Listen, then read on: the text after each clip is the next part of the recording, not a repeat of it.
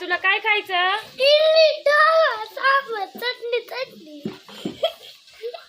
चला आज मुलांची फरमाईश आहे इडली सांबर खायची.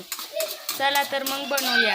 तांदूळ भिजवले होते आणि सकाळी वाटून ते उन्हात ठेवलं होतं. किती छान असं बॅटर तयार झालेलं आहे बघा. मस्त फुगलेलं आहे असं. छान असं तयार झालेलं आहे. ओलं खोबरं, भाजकी डाळ, कोथिंबीर, परत हिरवी मिरची सगळं वाटून घेतलंय. मिक्सरमध्ये बारीक करून घेतलेलं आहे आणि त्याला जिरी, मोहरी, कढीपत्ता याची फोडणी दिलेली आहे बघा. छान अशी चटणी तयार केलेली आहे. इकडं इडलीचा कुकर लावून घेतलेला आहे आणि आता सांबर बनवते. आलं लसणाची पेस्ट टाकून कांदा परतून घेतलाय. त्यामध्ये जिरी, मोहरी, कढीपत्ता,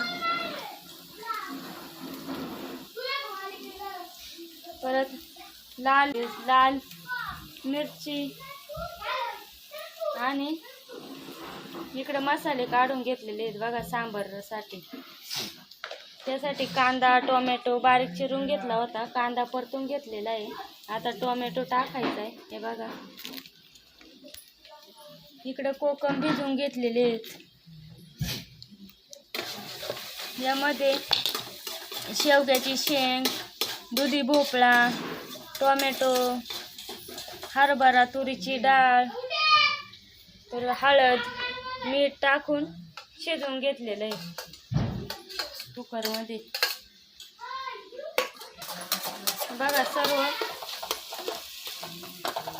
बारीक काप केलेले टोमॅटो, कांदा परतून घ्यायचा आहे आणि नंतर मग हे बघा शिजलेलं डाळ आणि ते सर्व मॅशरने बारीक करून घ्यायचं. हे बघा मॅशरने असं बारीक करून घेतलेलं आहे. छान असं बारीक करून झाले. आता हे बघा छान असं सांबर तयार झालेलं आहे.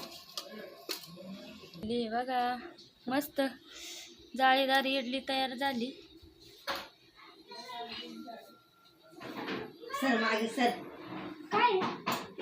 या सर्वांनी खायला